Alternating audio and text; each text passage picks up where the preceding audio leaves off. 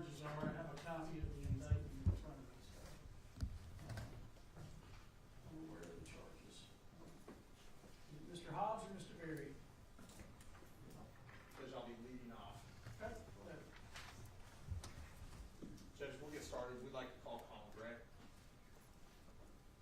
All right, Mr. Gray, will come up to the witness stand here.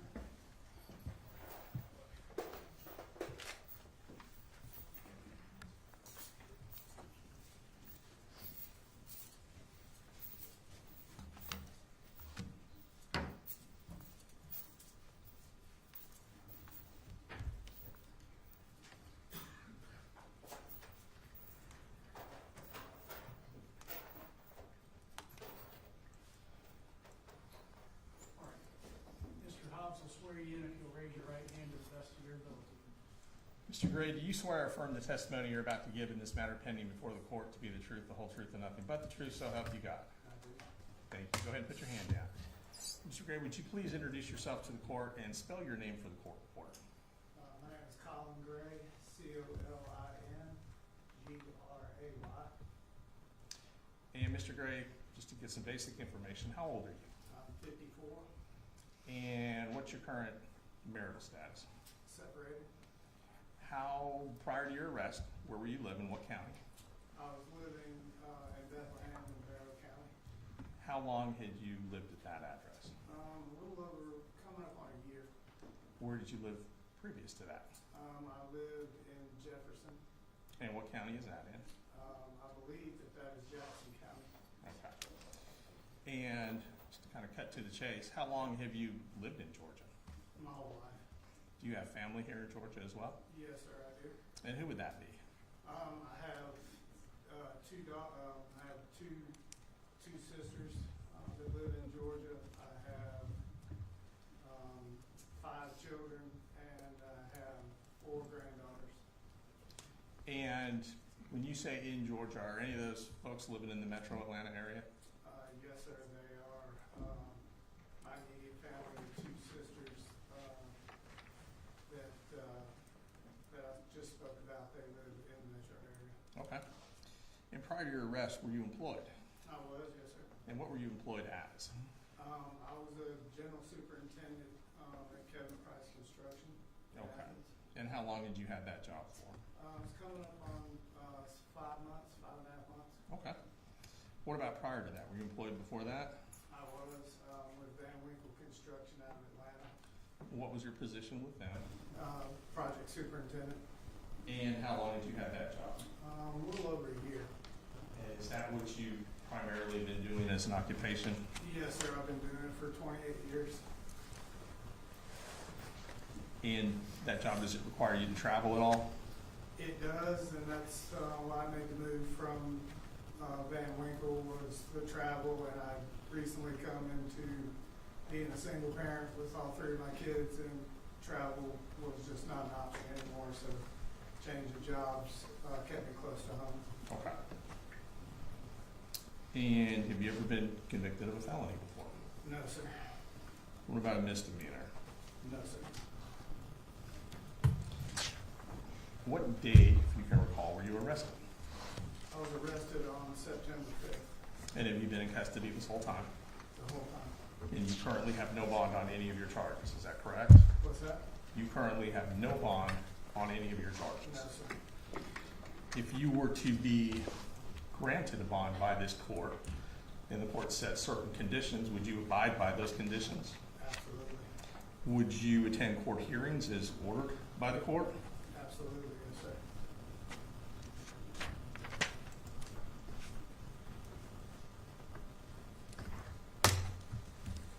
And 1 second, Judge. Yes, sir.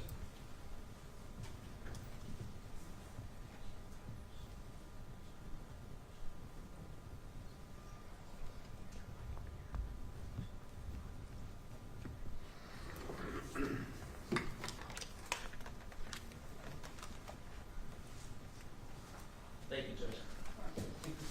Mr. Gray, I have no further questions. The state probably has a couple questions for you, so just hang tight. Okay. Cross, Mr. Smith.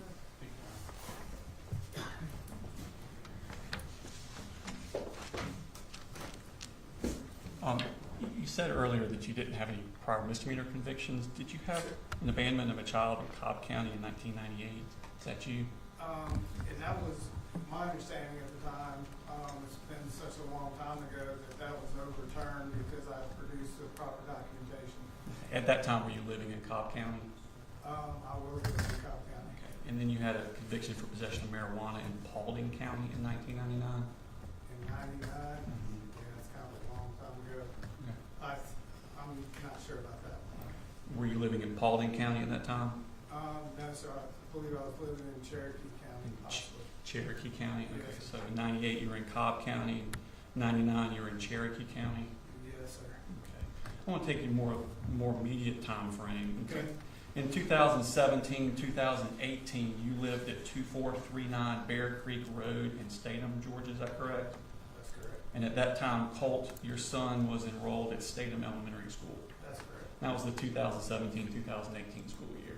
Correct. And then the next school year, 2019, did he transfer to White Sulphur Elementary School in Hall County? In Hall County, yes, sir. And y'all lived at 3208 Winterberry Lane, Gainesville? Yes, sir. So that was just the very next year? Yes, sir, we sold our property. Okay, and then at some point, he ends up at Chattahoochee Elementary School in the 2019, 2020, and that's in Forsyth County? Correct. Okay, where were you living at that time? We had moved up to Lake Lanier, because we were considering building a house up there. So, that was, I need to think, I can't remember the exact address of that. It was basically on the northern side of Lake Lanier. Of the Cumming area? Yes, sir. Okay, so that's three houses and 3 schools in 3 years? Yes, sir. Okay. And then in March of 2020, he transfers to Ben Hill Elementary School? Yeah, Okay. correct. And you lived then at 139 10 Mile Road, Fitzgerald, Georgia? Yes, sir. Okay, so now we're at a 4th school in 3 years, a 4th residence. Okay. And in January of 2022, he transfers, I'm talking about Colt, transfers to West Jackson Middle School? Correct. Okay, and at that time, did you live at 2975 Rice Creek Drive in Jefferson? That's right. Okay. And I have another address for you shortly thereafter of 2983 Rice Creek Drive in Jefferson. Is that mistaken? Yeah. Okay, it was just the 2975 Rice Creek Yes, Drive, Jefferson. Okay, and then in September of that year, he transfers to Jefferson Middle School, is that correct? Yes, sir, I believe when we lived in Jefferson, it was just him and I, he did attend the school. Okay, and you moved at that time to 954 River Mist Circle in Jefferson, is that correct? No, in Jefferson, it was the only home that we had in Jefferson was 954 River Mist. That's where he attended, Jefferson Middle School in 7th grade. Correct, that's what I said. So y'all moved from 2975 Rice Creek Drive to 954 River Mist Circle. And he went from West Jackson Middle School to Jefferson Oh, Middle correct, School. yeah, because the first was, in Houston, so, sorry. So 6 places and 6 schools in 5 years. If that's what you had. Okay. And you owned the 2439 Bear Creek Road in Statham residence, correct? Correct. But all the other residences you were just renting? Yes. Okay. So while you were at 954 River Mist Circle in Jefferson, a defects case was opened on your family in November of 2022? Is that correct? I wasn't aware of that. You don't remember them coming out to your house and interviewing you after November of 2022 into May of 2023? Defects never interviewed me at that time. Between November 2022 and May 2023, they never did a home visit and spoke with you at your home in Jefferson? No, sir. And at that home visit, they told you on May of 2023. Judge, we're going to object this ask and answer. It's been 3 times. He's answered the question 3 times, and now we're getting into hearsay. Let me ask you a question. In May of 2023, was there a home visit by defect where they told you there would be monthly home visits? No, sir, not at that location. Not at that location. What No. location did you have contact with defects? I had contact with defects, in my home recent here in Bethlehem. I received a phone call at 10:30 at night from a defects caseworker that gave me instruction to get in my car and come pick up my younger children. Okay. from Fitzgerald, Georgia, that they were in great danger. That would have been in June of 2023? Or, no, that would have been, you moved to, the residence you're talking about there, it was 896 Harrison Mill Road, Yes, sir. and that was also a rental? Yes, sir. And you signed the lease to move in there on June 23rd of 2023? Yes, So sir. this would have been after June 23rd of 2023? Yes, sir. And you're saying that you had no contact with UFAX prior to that? No, sir.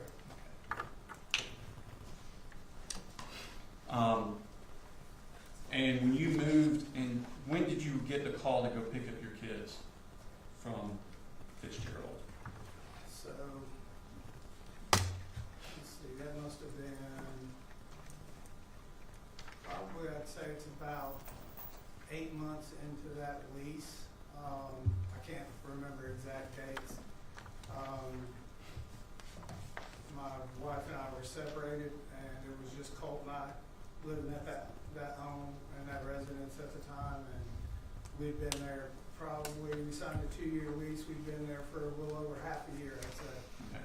Would it have been that fall of 2023? Coming up on it, yes, sir. I would say it was before Halloween. And so you went and got the kids and brought them to that location? Correct. I drove down to Fitzgerald that next morning with no understanding of why I was being brought down there, and they laid out why I was there. And due to a hair follicle test with my ex-wife, and that the danger that they were in, and I needed to take those children.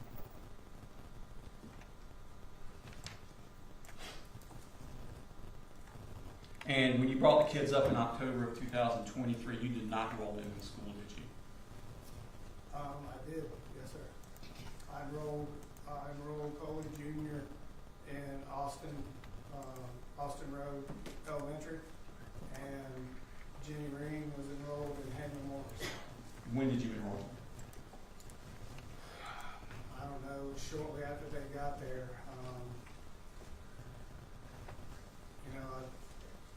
I think it wasn't too long, because I didn't want them to fall behind and whatnot, but I also wanted to give them a little bit of time to process what had happened, and just, let them kind of get settled to their new surroundings. But you did not enroll Colt in school until the next August, correct? Yes, sir, that's Okay, so correct. from October to August, he was not in school. Yeah, he was homeschooling. He was homeschooling with you? Online, yes, sir. Online, were you following that? Yes, sir, I was. You signing off on things? What's that? Were you like signing off on things on the I, computer? in the beginning, I was, and he was, he was into it and doing well, and then the more things kind of unfolded with my ex-wife, things kind of escalated on her side of things, and he wasn't as attentive to it as he should have been, so.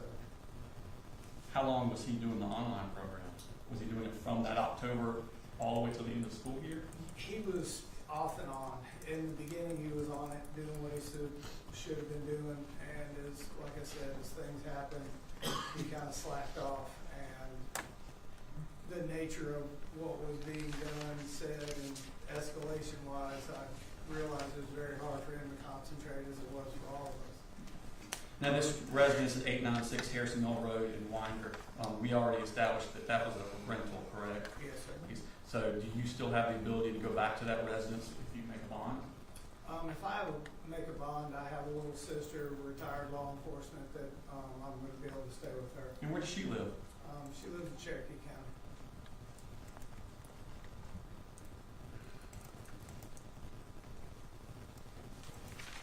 Just a second, please. I never quite know. Can you redirect?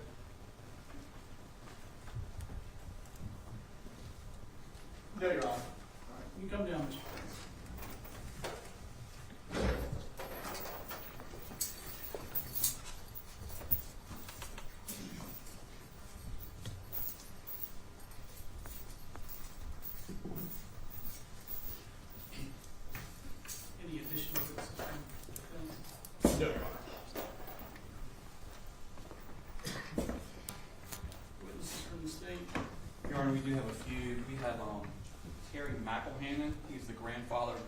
victim's Taylor Jones.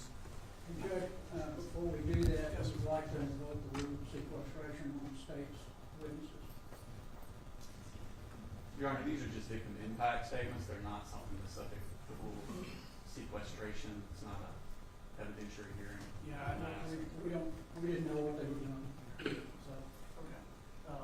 Assuming they are giving victim impact testimony, I'll deny the request if you have any that are providing any sort of evidence, and I will grant the request. Yes, sir. Thank you. Mr. McElhaney?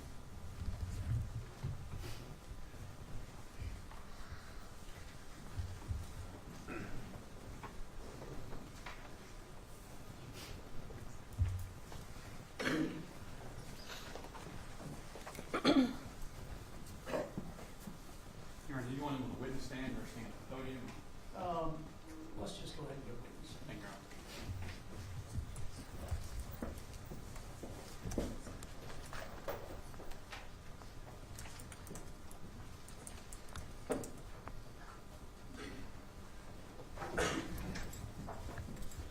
Thank you, Your Honor. Mr. McElhaney, you could raise your right hand quickly. Swear the testimony you give right now, pending before this court, will be the truth, the whole truth, nothing but the truth, so help you God. Yes. Okay. If you could just quickly introduce yourself to the court portion, write your name down, spell your last name, please. Terry McElhaney. Ashley Taylor's dad, your dad's not in the picture, but I'm your dad and grandpa all in one. Mr. McElhaney, we're here to discuss the issue of whether or not Mr. Colin Gray should be granted a bond. If you have something to say on that matter, please address the court. This nightmare began on September 4th, 2024. And now, 5 months later, it's still going on. For some, it will never end. Those who lost their family, their friends, or their loved ones will never forget it. It will always, always be in their minds and hearts. I went to school on that day, September 4th, and I could not find Taylor. I asked several cops where she was. No response did I get. They set up a command center in the middle of the flagpole area, and to no avail, nobody knew where Taylor was. I was told by a student on the football field Taylor was shot. Hours went by. Panic set in on my behalf. No one knew where she was. When she was put on the helicopter at the flagpole, she did not even know her name. And she was transferred to Grady as a Jane Doe. Still nobody knew who she was. Mr. Grady's caused this. Look at Taylor now. She has a hole in her leg, a metal rod there, and he seeks freedom today. My child, my girl, lost her freedom. We are still dealing with doctors, therapy, and a whole lot of other matters that we can't take in. You took her volleyball playing away from her. You took her childhood away from her. She's only 14, now 15. Why should your son and you have freedom when she has none of it? She cannot do what she wants to do. She can't do anything on her own. Look at Taylor Jones today. A pitiful little kid with pride, hurt, confusion, and despair. I want to thank y'all for allowing me to speak today. We're here because of Mr. Gray's indifference, or because he just simply didn't care. I'm not here for vengeance, but to seek justice for my daughter, Taylor Jones. Because of his stupidity, he bought his son an assault rifle, not a BB gun, an assault rifle, knowing the mental challenges that they have. His son made a threat at the prior school, and when he came to Apalachee 2 days later, he carried out his threats. He had a plan of action where he made a hide and concealed his rifle, the rifle that he bought, stupid, and Cope carried out his plan of terror on the school, the victims, the faculty, and the staff. He hurt many students, and he killed 4, 2 adults and 2 children. One daughter has injuries, and she was life-flipped by a helicopter from Drake. She would have died too that day, except for the care that she had received, the blood transfusions, which she actually bled out on the helicopter. She received the best care at the trauma center at Grady, and after many surgeries, not just one, many, she had a steel rod placed in her leg, and we're still hoping that she will recover. As of right now, she still cannot walk. We spent 94 consecutive days in 4 different hospitals. We started at Grady Trauma. We went there to Children's Health Care of Atlanta, CHOA for short. We left there, went north to Arthur Blank, and then we went back to CHOA. And after many visits, I can't count them all, we spent at the ER at Northeast Georgia at night when the pain was so bad that she could not stand it. There have been countless nights of sleep, no sleep, dealing with this tragedy that she has suffered. Mr. Gray and his son carried out a act of terrorism by buying a gun for him, and he should stay in jail as far as I'm concerned, and as far as state is concerned. He should stay there. Our lives have been changed and impacted beyond belief. Changed forever. We still deal with doctors, physical therapists, psychiatrists on a daily basis. If he's a father to his son, how could he let this happen? Our community, our schools have suffered great losses. Trust is gone. Parents are outraged. Children don't know who they can trust. They don't know who to look to. We teach our children, we try to mold them to be what we think they ought to be and what God intends for them to be. In conclusion, our lives have changed. There is no more volleyball for Taylor. Maybe someday in the future, God will provide a way to let her play again. But until then, I seek God's guidance. And I want to thank the police, the firefighters, the doctors, and all those that have helped. They have been all amazing to get us to this stage where we're at right now. To everyone here, keep praying that our world will change and our lives will make a difference. Any other questions? No, Your Honor. Thank you, sir. I do want to, before the next witness testifies, they are going into what they believe some of the evidence is. I don't have any problem with the victim impact part, but testifying about what they believe the mental health issue was of the child, purchase of the gun, how that happened, all of that came from somebody other than us. And it's not evidence yet. We have to try this case before it becomes evidence. So I would like to be able to keep that out. I don't have a problem with the victim impact, but if it deals with the evidentiary issues that we don't deal with at the trial, we would object to that. Does the state have a response? Let me ask.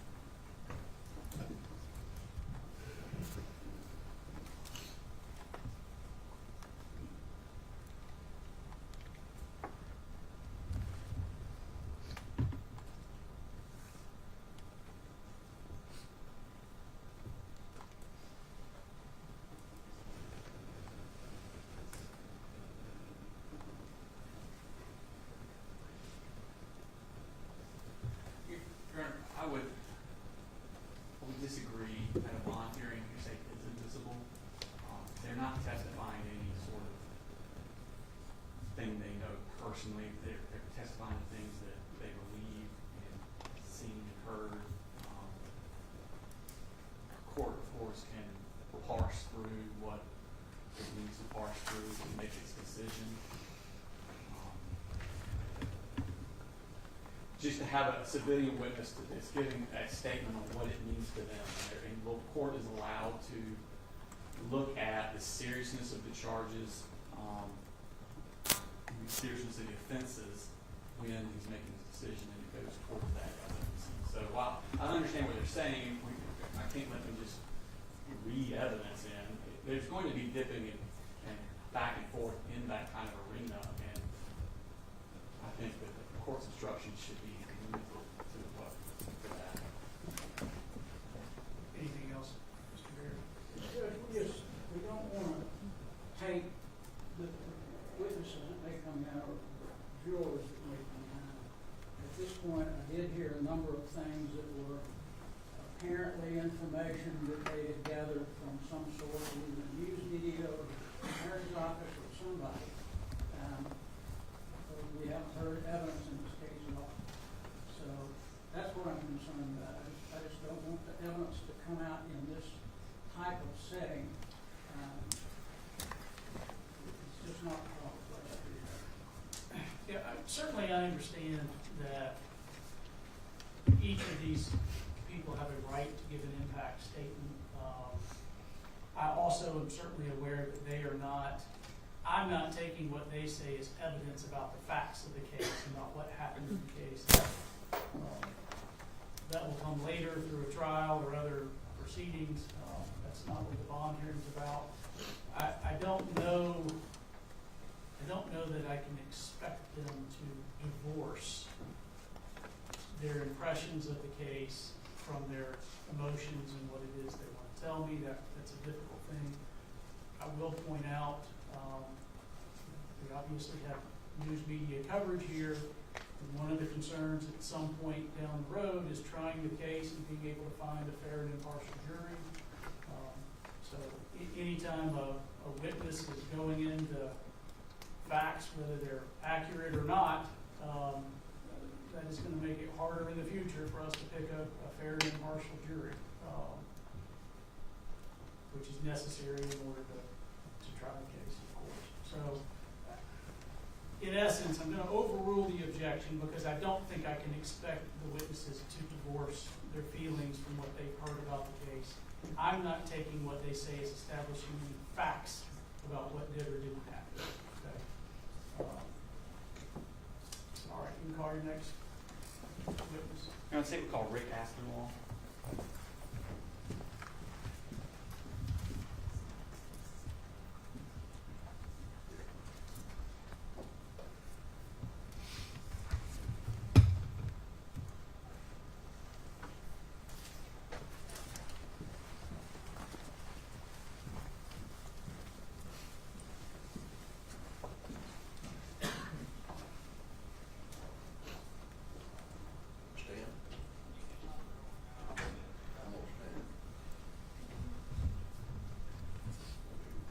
Mr. Aspinwall, if you could raise your right hand, please. For the testimony you give this matter now, being before the court, the truth, the whole truth, and the truth, so help you God. What is that? If you could state your name for the court reporter and spell your last name. My name is Mr. Richard William Aspinwall. Mr. Aspinwall, we're here to talk about issues of bond for this case. If you could, to the best of your ability, to keep away from the facts that you may have heard or think you know about the case, and just talk about how the impact was on you and your family in this case. I can tell you that it's been devastating for my family. I have two little girls that's going to be growing up without a daddy, two granddaughters. My daughter is devastated. She's lost a job. She's trying to recoup, find a new job. It has really affected her emotionally as she served 2 tours in the Army. And it struck her real bad. By trade, Mr. Gray, I'm a heavy civil general superintendent. I've had hundreds of men work under my direction. I've seen men like you many a time. Mr. Aspinwall, I'm not going to say anything else. I'm just going to have to ask you to address your testimony to the judge and that's it, who we're talking to today. I will say that due to some actions instigated or by accident or whatever, that it has affected everybody, the entire state. I've been working with the state to try to make changes, and hopefully it'll come about. But what happened is inexcusable. Inexcusable. I don't know what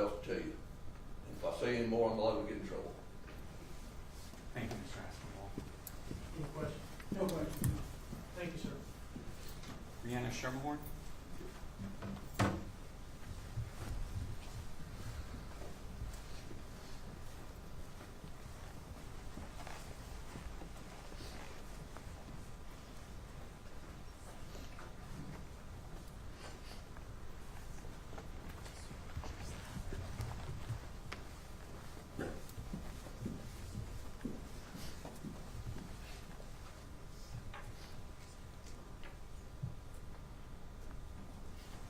Shermerhorn, you raise your right hand.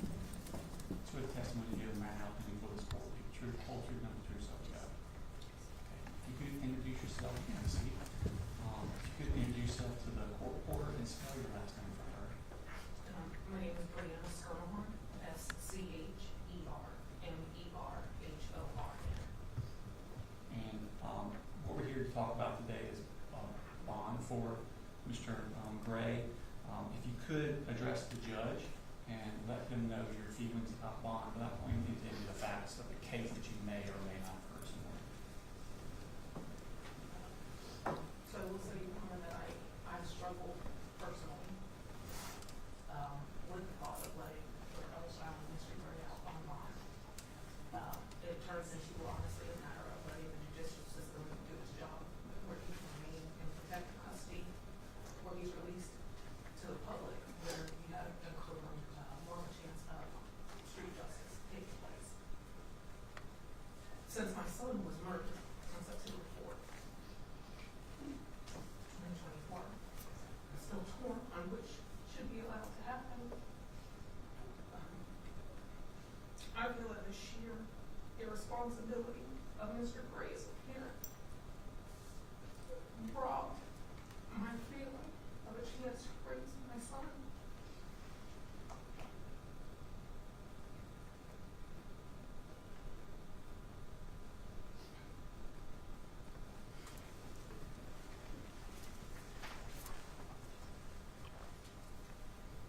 Mason had a bright and caring future ahead of him.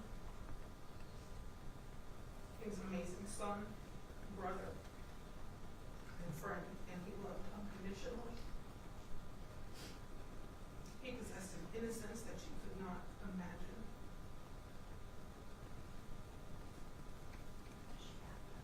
For the turmoil that Mr. Gray held incurred on September 4th. At the end of the day, I hope that no bond is granted. And honestly, I'm very under the prison, and him not to allow him to have any impact or influence on any of their children.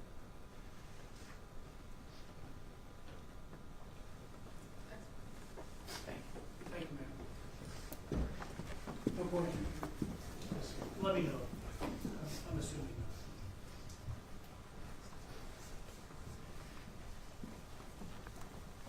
Kevin Zink?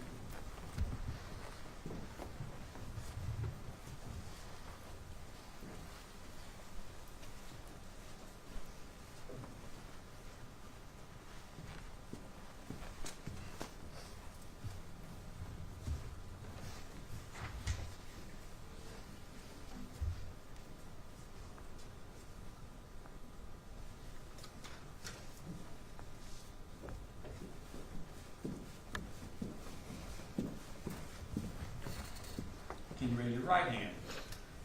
Yes, sir. Okay, good. You swear the testimony you give in that matter now before the court be the truth, the whole truth, and nothing but the truth, so help you God. Yes, sir. You could introduce yourself and spell your last name for the court report. My name is Kevin Zink, Z-I-N-K-E.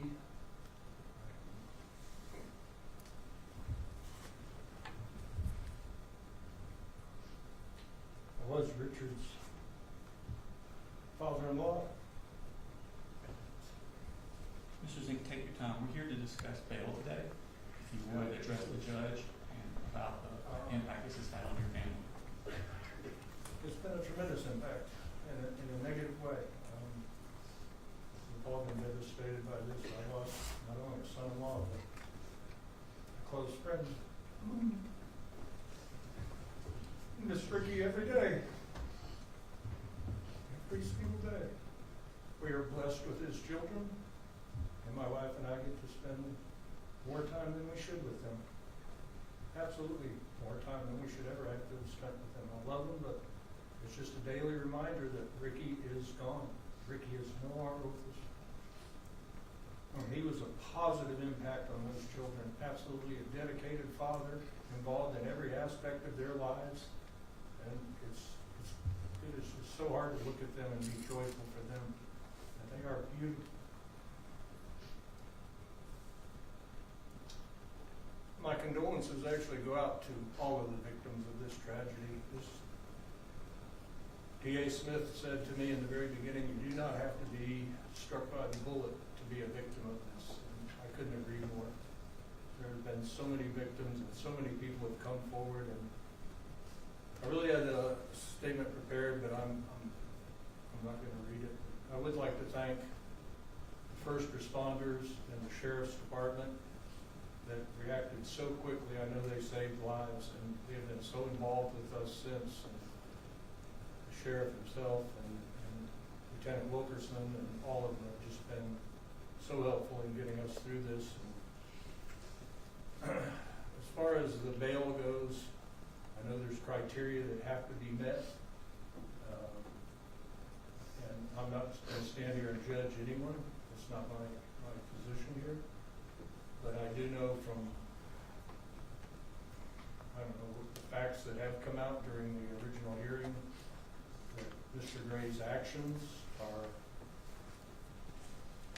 pretty much responsible for what has taken place. I mean, him buying, I did write down one part that I don't even have to read it, that the statement about a shooter's outfit. When you buy a complete shooter's outfit for a 14-year-old boy, what is supposed to be the outcome of that?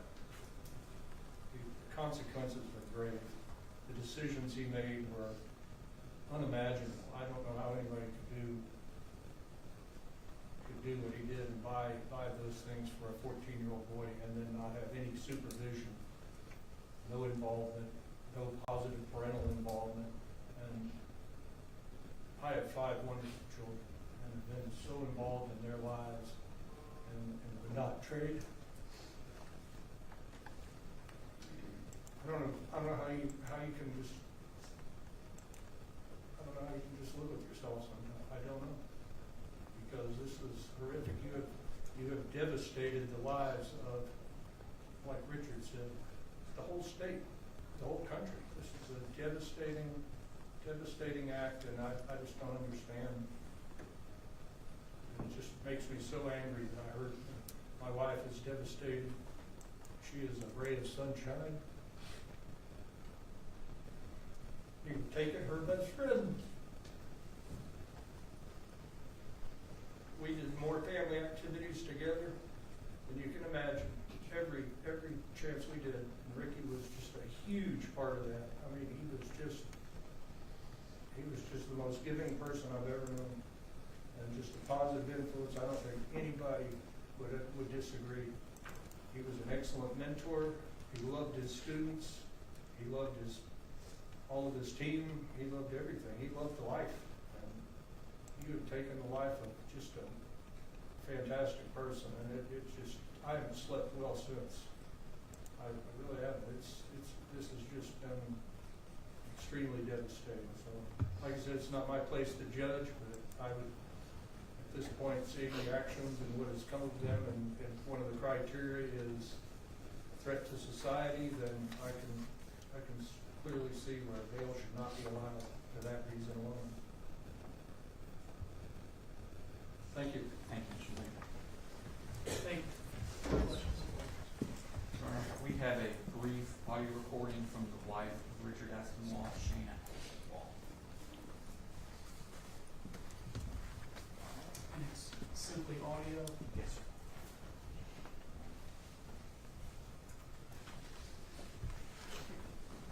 Yeah, I think it is set up to play right now. Can you try?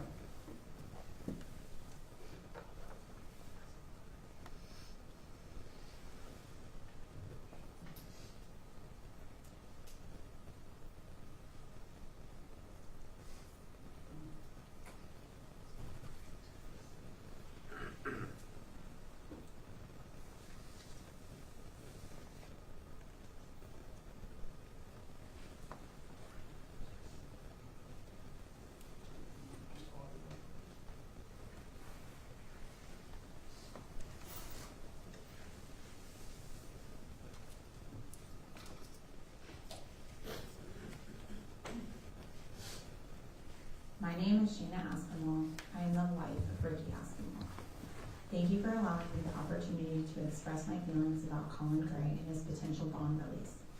For the benefit of the court and for the protection of the process, I want to keep my statement short at this time. However, here is what I know and what I feel. Colin Gray knowingly allowed his minor son to have access to an assault weapon. There is absolutely no justifiable reason for any parent to let their minor child, particularly one who has shown some signs of concerning behavior, to have access to an assault weapon. The outcome of Colin Gray's decision was predictable. Along with the families of the other victims, my 5-year-old, my 2-year-old, and I are now forced to live with the consequences of Colin Gray's choice. Colin Gray has clearly demonstrated for all the world to see the type of judgment he possesses.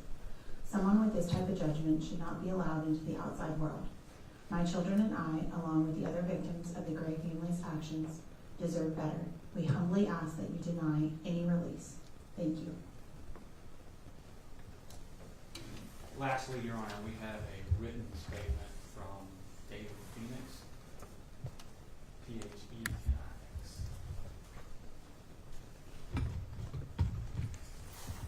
And Your Honor, Mr. Phoenix is one of the victims of the assault.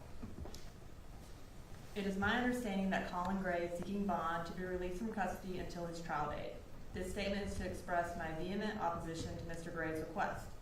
Apalachee High School, the city of Winder, Bexar County, and the surrounding communities are in the middle of a healing process due to the events of September 4th. September 4th was filled with hurt, hatred, and darkness caused by a 14-year-old student whose actions were driven by the decisions, choices, and actions of his father, Colin Gray. As a result of these choices and actions, the amount of pain that was inflicted on the school and the surrounding communities was unmeasurable. Lives were lost, people were hurt both physically and mentally, spouses were widowed, parents lost their children, and children lost their parents. There's a degree of everlasting pain and hurt that will never go away and always be felt by students, parents, and members of the community. For me personally, I was shot twice, once in the hip and once in the foot. I spent 8+ days in the intensive care unit at Piedmont Athens Hospital. I've had 2 surgeries that involved rebuilding my hip, as well as multiple follow-up appointments to the orthopedic surgeons, physical therapists, personal counselors, as well as other medical doctors. While my diagnosis is good and there will be lasting effects from these injuries that will impact and affect me throughout the rest of my life. Our school and community are slowly healing from an immeasurable amount of pain. We have come a long way from 5+ months ago. Releasing Mr. Gray on bond would essentially rip off the bandage of that healing and create the very anxiety, hurt, and pain that we are trying to heal from. Mr. Gray does not deserve bond based on the inexplainable decisions and choices that prompted the deadly actions of his son on September 4th. Conversely, our school and surrounding community deserve peace of mind and comfort knowing Colin Gray is behind bars. It is for these reasons that I am asking you to deny the bond of Colin Gray. David Phoenix. That's all we have to say. Argument?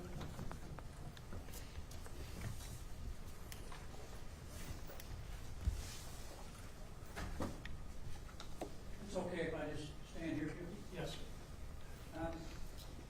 Of course, the event that took place September 4th of last year certainly devastated the community. Many of the people who testified lost people and injured. Mr. Berry, let me get you to at least pull that microphone towards you. If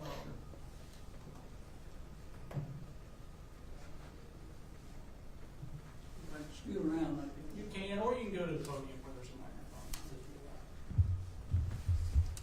Sorry to interrupt. No problem. And we certainly see from the witnesses that testified and all of the things that we've seen in the newspaper, it's evoked a lot of emotion with everybody in this community. This is an unusual case. There have not been any cases of this type tried, only one that I know of in the United States where a parent has been charged with the crimes of their child. I would like to point out, of course, as the judge knows, Mr. Gray is innocent until he goes to trial. He's found guilty by a jury of his peers with competent evidence. That's not taken place yet. The purpose of a pretrial bond is not to punish him before his conviction. And that's why we have set out certain standards. The ABA back in 1968 set up standards. The courts here in the state adopted those standards. Cases that came shortly thereafter, Lane versus the state at 247 Georgia, 387. Burge versus the state at 238, 88. Ayala versus the state at 262, 704. All of these cases set out a criteria. The criteria is 4 different areas. One, that a person poses no significant risk of fleeing from the jurisdiction of the court or failing to appear in court when required. The state has the burden of proving each of these 4 areas would be in violation. They have not done that. There's been no evidence that's been presented as to the first area, which is the fleeing the jurisdiction. He has been in Georgia all his life. He's lived in and around this area. The state pointed out that he had moved a number of times. However, all of the moves are within a fairly short area. The second, poses no significant threat or danger to any person, community, or any property of the community. The state has not shown that he would pose any significant danger. He had a misdemeanor marijuana charge 26 years ago. That's the only thing that the state has been able to show the court from that standpoint. Number 3, poses no significant risk of committing any felonies while out on bond. The state has not shown that he would be subject to committing any felonies. He's, I think, 54 years old. This is the first time that he's been in any trouble other than the 1999 marijuana. Poses no significant risk of intimidating witnesses or otherwise obstructing the administration of justice. The state has not brought any witnesses before this court to show that he would be any significant risk of intimidating any witnesses. He's been in custody for all this time, has not caused any problems while there. In custody, has not attempted to contact any witnesses or intimidate any witnesses while he's been there, nor is any of his family. For those reasons, Judge, he certainly is eligible for bond. We feel that the court should grant him a reasonable bond under the Iowa guidelines and ask the court to give him a reasonable bond for that reason. Mr. Smith?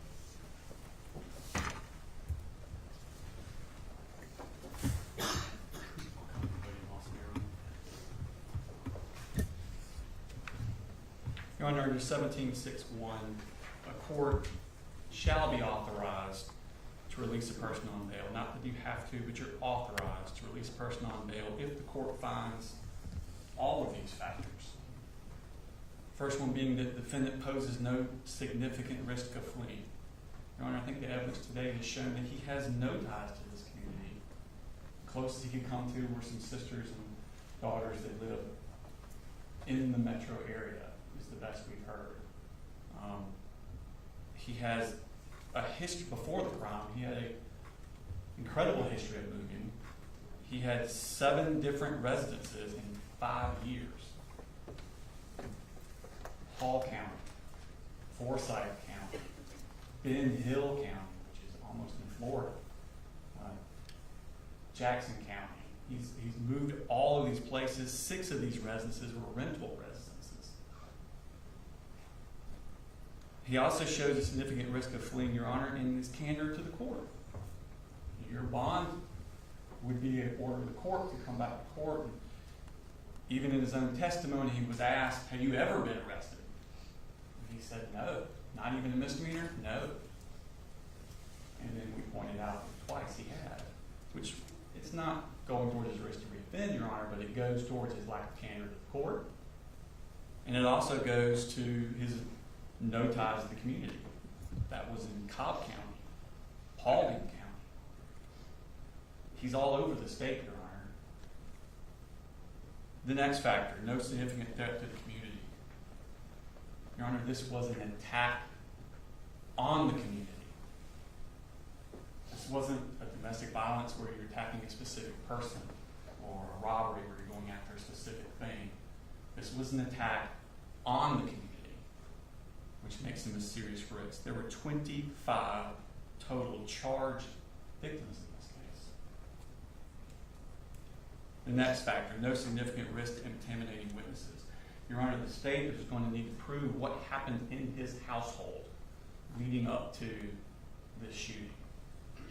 And the witnesses are going to be his wife, his 3 children. Those are our main witnesses in this case. And they're his. And so there's a significant risk of him intimidating or influencing these witnesses. Your Honor, we would ask that you not grant a bail in this case for those reasons. The court, if you do decide to set a bail under Jones versus Grimes, a 219 Georgia 585 case, you can consider when setting a bail and the amount, the seriousness of the offense, and the penalty of those offenses. So if the court were to grant a bond, and again, we're asking that you not, but if you were, he's charged with murder in the 2nd degree, 2 counts. We would ask for the bond to be $100,000 per count, for a total of $200,000. He's charged with involuntary manslaughter, 2 counts. We would ask that the bond be set at $75,000 per count for a total of $150,000. He's charged with cruelty to children in the 2nd degree, 20 counts. We would ask the bond be set in the amount of $50,000 per count for a total of bond of $1 million. And he's charged with reckless conduct, 5 counts. We would ask that the bond be set at $1,000 for a total of $5,000. So if the court were to grant bond, we would ask for an amount of $1,355,000 bond, which would be appropriate for the seriousness of these offenses. We would ask that you have no contact whatsoever with any of the witnesses in this case. Thank you, Your Honor. Any last word, Mr. Berry? No, Your Honor, I think we've set out the criteria for setting a bond. We don't believe the state has proven any of the 4 elements that should keep him from getting a bond. I'm going to take about I'll call it a 10-minute recess. Hopefully that's sufficient time. But we'll be in recess for 10 minutes or until I return. Thank you.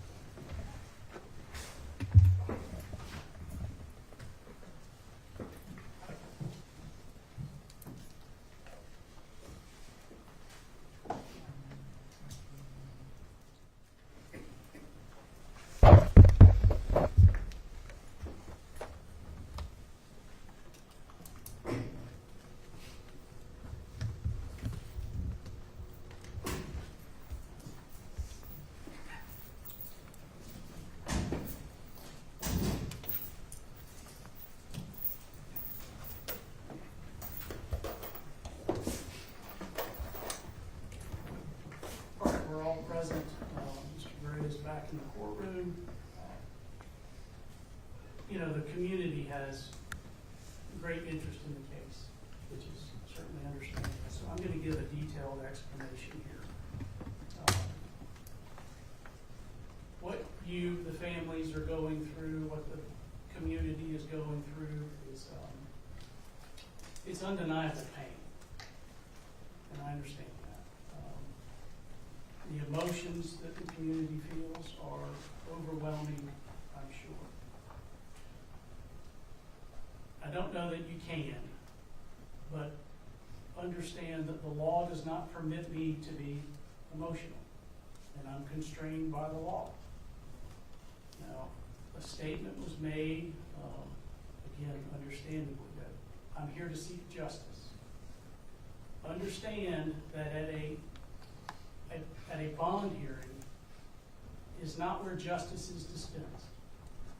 Ultimate justice, in whatever form that takes, comes later through a jury trial. The law at a bond hearing is that the accused is presumed innocent. Now, that's despite whatever's been said about the case through the media or through a first appearance hearing or through any other avenue. As we sit here, the law presumes that Mr. Gray is innocent. No facts have been established in this case yet. Again, despite anything that's been said before. Those facts will come through other hearings, they'll come through a jury trial. Now, the legislature in the Supreme Court, and it's been referenced, have laid out factors that constrain courts in determining bond. One is a risk to flee. Now, what that normally looks like is someone has prior failing to appear at court convictions, or someone has in fact fled charges before. That is not what we have here. Another factor is the danger to the community. Now, if we assume guilt, that danger is obvious. But I'm not allowed to do that. He's presumed innocent as we sit here. There is no independent evidence that he's a danger to the community. There's no recordings of him in jail saying he's going to do this when he gets out. There's no prior crimes where he has done something else that puts those in the community in harm's way, which leads into the next factor, the risk of committing a felony while out on trial. I think it was said that he's 54 years old, 50 some odd years old, has no prior felony convictions, has a 1998 or 99 marijuana misdemeanor charge. The fourth factor is intimidating witnesses. Generally, again, there's evidence of that. He's making jail phone calls, trying to get someone to change their story. He's making statements about what he's going to do so that this witness can't testify. We do not have that in this case. Now, the legislature nor the Supreme Court have said that one of the factors for determining bond is the impact on the victims. It's not one of the factors that I'm supposed to consider in granting bond. Now, having said that, the foremost consideration in determining bond is whether or not the accused will appear to stand for trial. And I do have grave concerns here. This is not the typical case. In an ordinary case, a defendant's given a bond, he makes the bond, he returns to the community, essentially unnoticed by anyone. That's not what would happen here. This case is an open sore. It's a wound that continues to hurt the community. While in court, Mr. Gray is presumed innocent, in the court of public opinion, he bears a scarlet letter. I don't believe that there's any way that Mr. Gray could return to this community as an accused often does when granted a bond. His ties to this community are minimal. The state has pointed out that he has moved and lived in 6 or 7 different places over a relatively short period of time. I am allowed to consider the charges and the punishment that he faces if convicted. And were he to be convicted of these 29 charges, he faces the prospect of the rest of his life being in prison. And that is something I'm allowed to consider. So weighing all of these considerations, I believe that it is, one, required to give a bond, but 2, given the extraordinary nature of the case and the other factors, that it needs to be a high bond. I'm going to grant a $500,000 bond, which is necessary to ensure that Mr. Gray appears at trial. I'm going to require 10% of that to be a cash bond. As a condition, the bond is to have no contact with any of the witnesses whatsoever. I'll prepare a bond. Thank you.